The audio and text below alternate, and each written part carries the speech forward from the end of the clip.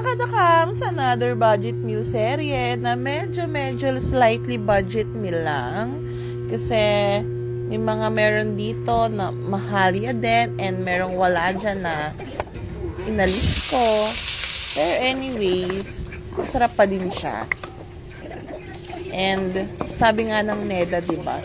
21 peso per meal daw ang budget dapat. OMG, saan yun? Paano yun? Ha? Wala pang bigas doon. Wala pang gas. Wala pang condiments. Oh my goodness. Pag namili ka, paano kung mamamasahe ka pa? So, dapat maglalakad ka lang. Siyempre, pag diyan ka lang naman sa mga parang talipapa or parang malapit na market, medyo mahal yan. Diba? Hindi tulad pag talagang sa palengke ka talaga. Oh, anyways,